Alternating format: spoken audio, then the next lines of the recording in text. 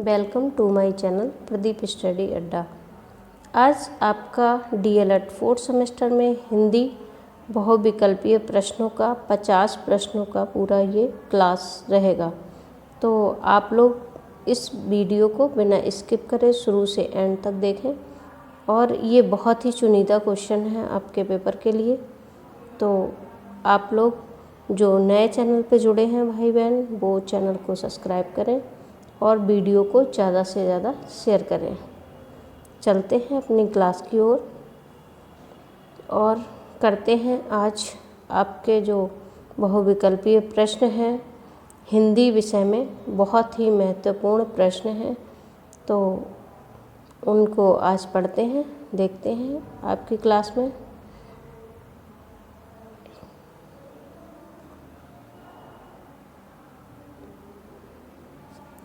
इसमें आपका जो क्वेश्चन नंबर 1 है वो आपका है अंतस्थ व्यंजनों की संख्या है। तो आपको ये बताना है अंतस्थ व्यंजनों की संख्या कितनी है। इसमें आपको 4 ऑप्शन दिए गए हैं। आ ऑप्शन में 4 संख्या है, बा में 6, सा में 5 और दा में 11। तो इसमें आपका जो राइट आंसर रहेगा वो आ वाला रहेगा, क्योंकि अंतस्थ व्यंजनों की संख्या 4 होती है। तो इसमें आपका जो राइट आंसर है वो है आ। आप लोग इस पे टिक करें राइट आंसर पे। चलिए क्वेश्चन नंबर 2, हिंदी भाषा में स्वरों की संख्या है। तो आपको यहाँ स्वरों की संख्या बतानी है, हिंदी भाषा में स्वरों की कितनी संख्या है। तो इसमें जो आपका राइट आंसर है वो है बा। जी हाँ, बा वाला आपका बिल्कुल राइट आंसर है, क्योंकि आपकी हिंदी भाषा में स्वरों की जो संख्या है वो है 11। तो आप लोग इसको टिक करें। चलिए देखते हैं क्वेश्चन नंबर 3। इसमें आपका है हिंदी भाषा में व्यंजनों की संख्या है। तो यहाँ पर आपको व्यंजनों की संख्या बतानी है, हिंदी भाषा में कितनी संख्या है व्यंजनों की। तो इसमें आपका जो राइट आंसर है वो आपका है आ वाला। व्यंजनों की संख्या जो होती है वो 33 होती है। तो आप लोग इसमें 33 संख्या को नोट करें। चलिए क्वेश्चन नंबर 4 देखते हैं। भाषा की सबसे छोटी और महत्वपूर्ण इकाई है। तो इसमें आ वाले में स्वर, बा वाले में व्यंजन और सा वाले में ध्वनि, दा वाले में वर्ण। तो यहाँ पर आपको बताना है भाषा की सबसे छोटी और महत्वपूर्ण इकाई कौन सी है। तो यहाँ पर जो आपका राइट आंसर है वो है दा। भाषा की सबसे छोटी और महत्वपूर्ण इकाई होती है वर्ण। तो इसको आप नोट करें। भाषा अभिव्यक्ति के साधन हैं। तो इसमें आपको भी 4 ऑप्शन दिए हुए हैं। नंबर आ में हो गया बोलकर और सुनकर, बा में हो गया लिखकर। चलिए देखते हैं क्वेश्चन नंबर 5। इसमें है भाषा अभिव्यक्ति के साधन हैं। तो इसमें आपका जो राइट आंसर है वो हो जाएगा आपका सा वाला, क्योंकि बोलकर और सुनकर, लिखकर और पढ़कर, आ प्लस बा दोनों ही इसमें उत्तर जो है सही है। तो इसमें आपका राइट आंसर हो जाएगा सा वाला। क्वेश्चन नंबर 6 देखते हैं। वर्ण बा का उच्चारण स्थान है। तो यहाँ पर वर्ण बा का उच्चारण स्थान पूछा गया है, आपको बताना है। इसमें आपका जो राइट आंसर है वो है सा। ओष्ठ जो है वो वर्ण बा का उच्चारण स्थान है। चलिए क्वेश्चन नंबर 7 देखते हैं। वर्ण ला का उच्चारण स्थान है। तो यहाँ पर वर्ण ला का उच्चारण स्थान पूछा गया है। तो यहाँ पर जो आपके 4 ऑप्शन दिए हैं, चारों में जो आपका राइट आंसर है वो आपका हो जाएगा सा, तालव्य। चलिए अब देखते हैं क्वेश्चन नंबर 8। इसमें निम्न में से ह्रस्व ध्वनि है।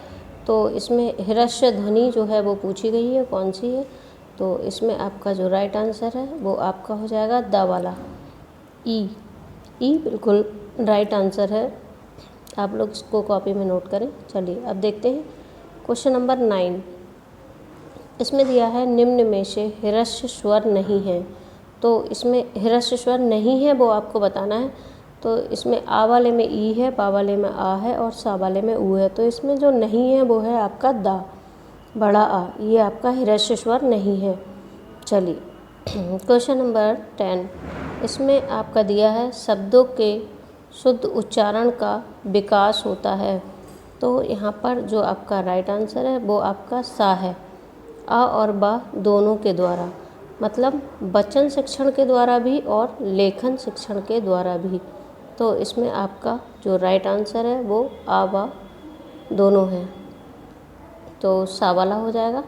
अब देखते हैं क्वेश्चन नंबर 11। इसमें आपका ध्वनि के नियमों का प्रारंभ किया तो किसने किया? इसमें आपका जो राइट आंसर है वो बा वाला है, ग्रियर्सन ने किया। तो इसमें आपका राइट आंसर बा वाला है। इसको आप लोग कॉपी में नोट कर लें ताकि आपको कोई कन्फ्यूजन ना हो। चलिए अब देखते हैं क्वेश्चन नंबर 12। इसमें आपका हिंदी में कितनी बोलियां प्रचलित हैं? आपको ये बताना है हिंदी की कितनी बोलियां हैं। तो इसमें आपका जो राइट आंसर है वो 18, क्योंकि सा वाला है, क्योंकि हिंदी में 18 बोलियां प्रचलित हैं, तो सा वाला आपका राइट आंसर है। चलिए देखते हैं क्वेश्चन नंबर 13। इसमें आपका है वर्ण द प्लस या से मिलकर संयुक्त वर्ण बनता है। तो कौन सा संयुक्त वर्ण बनता है सा प्लस या से मिलकर, ये आपको बताना है। इसमें आपका राइट आंसर हो जाएगा बा। जी हाँ, इसमें धा जो है वो आपका राइट आंसर है। चलिए अब देखते हैं क्वेश्चन नंबर 14। जिन वर्णों का उच्चारण बिना बाधा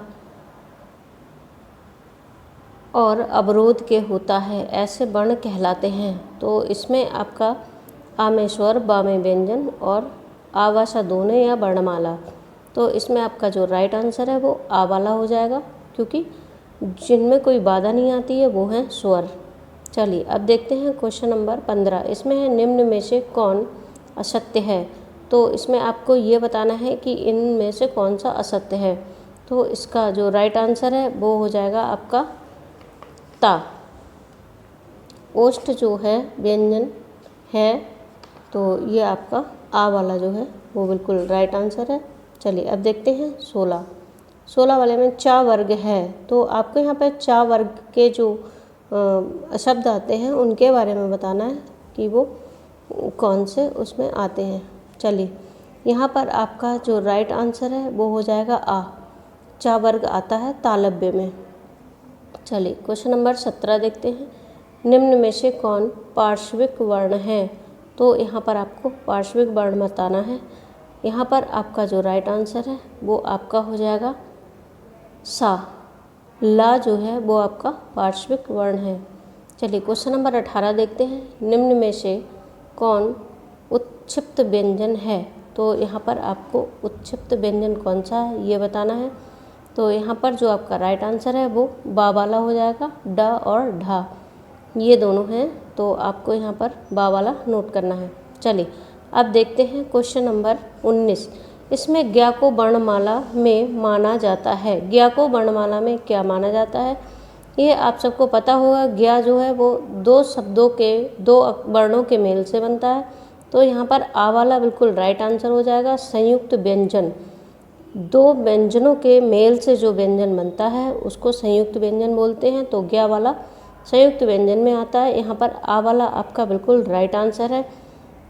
क्वेश्चन नंबर 20 देखते हैं। छा का निर्माण किन दो वर्णों या व्यंजनों के मेल से हुआ है? तो यहाँ पर छा का जो निर्माण हुआ है वो आपको बताना है। इसमें आपका राइट आंसर है का प्लस सा।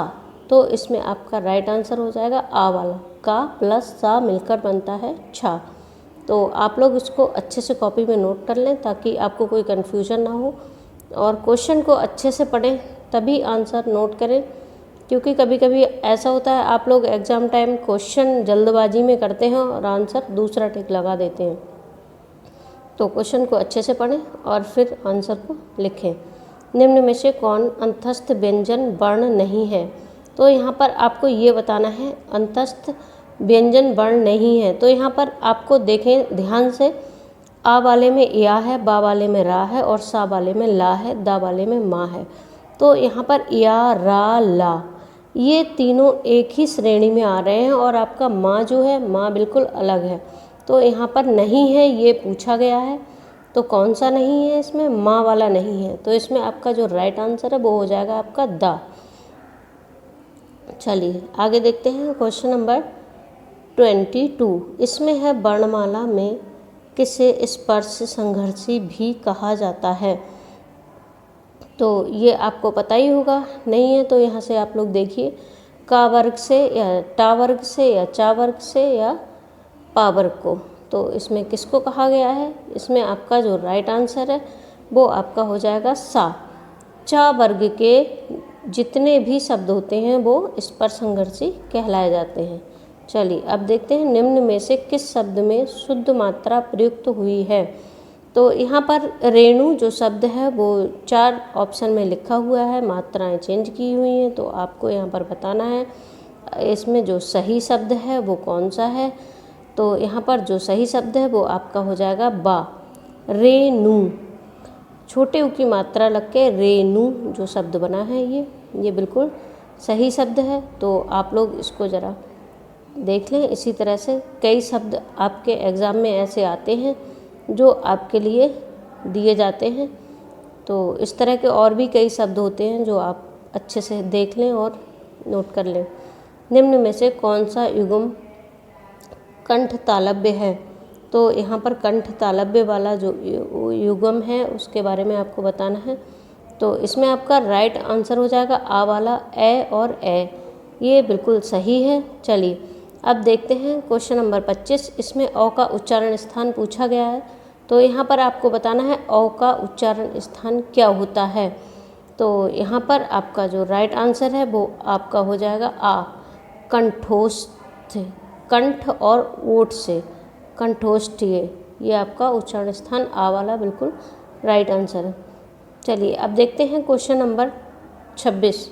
इसमें दिया है निम्न में से कौन स्पर्श संघर्षी है। तो जैसा कि अभी मैंने आपको चा वर्ग के बताए थे तो वही यहाँ पर है। देखो का, हा, पा और चा, 4 वर्ण आपको दिए हैं। तो ये आपको पता ही होना चाहिए कौन सा है। यहाँ पर उसी क्वेश्चन को तोड़ के पूछा गया है, आप लोग ज़रा ध्यान से देखें। तो यहाँ पर आपका जो राइट आंसर हो जाएगा वो हो जाएगा बा। जी हाँ, बा जो है आपका राइट आंसर है, क्योंकि निम्न में से कौन स्पर्श संघर्षी है ये कहा गया है। तो इसमें चा वाला है जो वो स्पर्श संघर्षी है। तो इसमें आपका राइट आंसर जो हो जाएगा वो बा हो जाएगा। चलिए अब देखते हैं क्वेश्चन नंबर 27। इसमें आपका बा का उच्चारण, वा का उच्चारण स्थान पूछा गया है।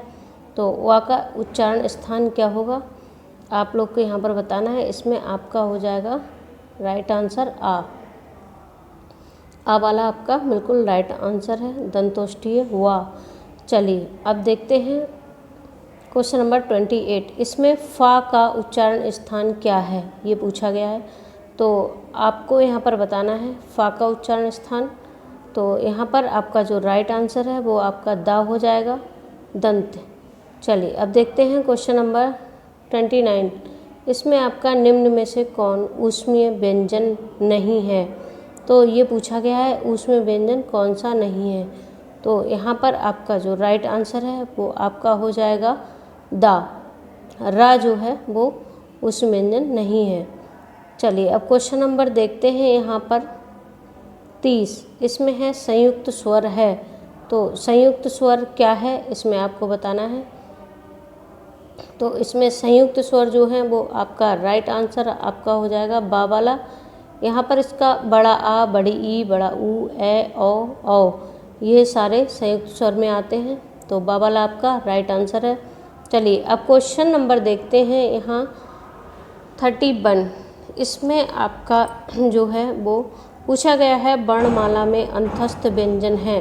तो वर्णमाला में जो अंतस्थ व्यंजन है वो कौन से हैं ये और कितने हैं, तो उनकी संख्या पूछी गई है। तो यहाँ पर आपका राइट आंसर आ वाला हो जाएगा, अंतस्थ व्यंजन 4 होते हैं। चलिए क्वेश्चन नंबर 32 देखते हैं। यहाँ पर वर्ण सा, हा, सा कौन से व्यंजन कहलाते हैं। तो यहाँ पर ये बताना है कौन से कहलाते हैं। तो इसमें आ वाले में स्पर्शी और बा वाले में संघर्षी और सा वाले में आबासा दोनों या इनमें से कोई नहीं। तो इसमें आपका जो राइट आंसर है वो सा वाला हो जाएगा, क्योंकि स्पर्शी संघर्षी दोनों वर्ण ही आपके जो हैं वो व्यंजन वर्ण कहलाते हैं। चलिए यहाँ पर देखते हैं क्वेश्चन नंबर 31 में आपको दिया है वर्णमाला में अंतस्थ व्यंजन है, तो आपको बताना है वर्णमाला में अंतस्थ व्यंजन कितने हैं। तो यहाँ पर जो आपका राइट आंसर है वो आपका है आ, क्योंकि वर्णमाला में अंतस्थ व्यंजनों की संख्या 4 है। चलिए क्वेश्चन नंबर 32 देखते हैं। वर्ण सा, सा, हा कौन से व्यंजन कहे जाते हैं। तो इसमें जो आपका राइट आंसर है वो आपका हो जाएगा स्पर्शी संघर्षी दोनों ही हैं, तो आ बा दोनों हैं, तो इसमें आपका राइट आंसर हो जाएगा आ प्लस बा दोनों, मतलब सा वाला। सा आपका बिल्कुल राइट आंसर है। आप लोग यहाँ से इसको अपनी कॉपी में नोट करें। चलिए अब देखते हैं क्वेश्चन नंबर 33। इसमें आपका हिंदी वर्णमाला में वर्णों की संख्या है। तो यहाँ पर वर्णों की जो संख्या है उसको पूछा गया है। तो यहाँ पर हिंदी वर्णमाला में वर्णों की कितनी संख्या है, तो इसका जो राइट आंसर है वो आपका हो जाएगा बा। इसमें आपकी जो वर्णमाला की संख्या है वो है 52। चलिए अब क्वेश्चन नंबर देखते हैं 34।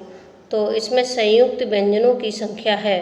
संयुक्त व्यंजन कितने होते हैं ये आप सबको पता है, 6, 5, 4, 3 कितने होते हैं। तो यहाँ पर आपका जो राइट आंसर है वो हो जाएगा सा वाला, क्योंकि संयुक्त व्यंजन होते हैं 4। चलिए अब देखते हैं क्वेश्चन नंबर 35।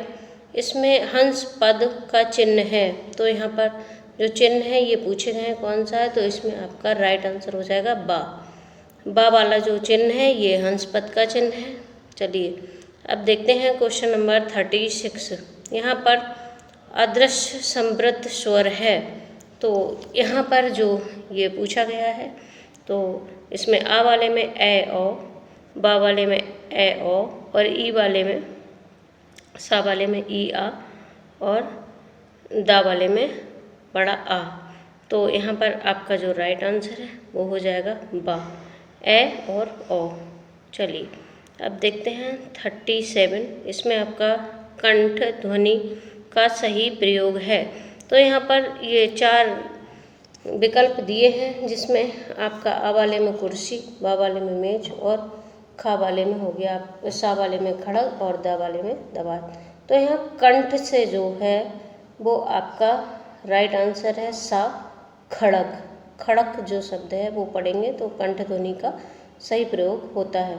चलिए अब देखते हैं क्वेश्चन नंबर 38। इसमें है निम्न में से कौन मूर्धन्य ध्वनि नहीं है। तो यहाँ पर मूर्धन्य ध्वनि नहीं है ये पूछा गया है। तो इसमें जो आपका राइट आंसर है वो आपका हो जाएगा दा, ड़ा वाला जो है वो आपका मूर्धन्य ध्वनि नहीं है। चलिए अब देखते हैं क्वेश्चन नंबर 39। इसमें ध्वनि का उच्चारण स्थान के आधार पर होता है। तो ध्वनि का उच्चारण स्थान जो है वो किसके आधार पर होता है, का। तो यहाँ पर आपका तालव्य हो गया, दंत हो गया, कंठस्य हो गया, या ओष्ठ हो गया। तो इसमें आपको बताना है कौन सा आपका राइट आंसर है। तो इसमें आपका राइट आंसर है बा वाला, दंत। चलिए अब क्वेश्चन नंबर देखते हैं 40। तो इसमें आपका दिया है दंतोष्ठ से उच्चारित होने वाले व्यंजन हैं।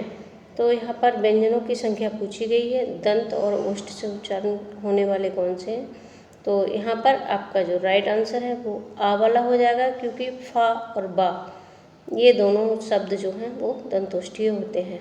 चलिए अब देखते हैं 41। इसमें लिखा है निम्न में से किस वर्ण का उच्चारण स्थान कंठ नहीं है।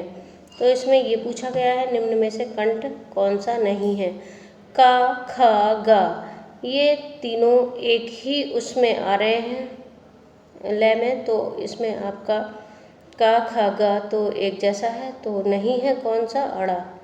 तो इसमें आपका जो राइट आंसर है वो कौन सा हो जाएगा, दा वाला। चलिए अब देखते हैं क्वेश्चन नंबर 42। इसमें निम्न में कौन संयुक्त वर्ण नहीं है। तो इसमें संयुक्त वर्ण कौन सा नहीं है। देखिए यहाँ पर आप लोग अपना थोड़ा सा ध्यान लगाएं।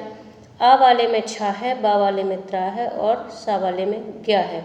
तो यहाँ पर छा, त्रा, ज्ञा ये कौन से वर्ण हैं? संयुक्त वर्ण होते हैं।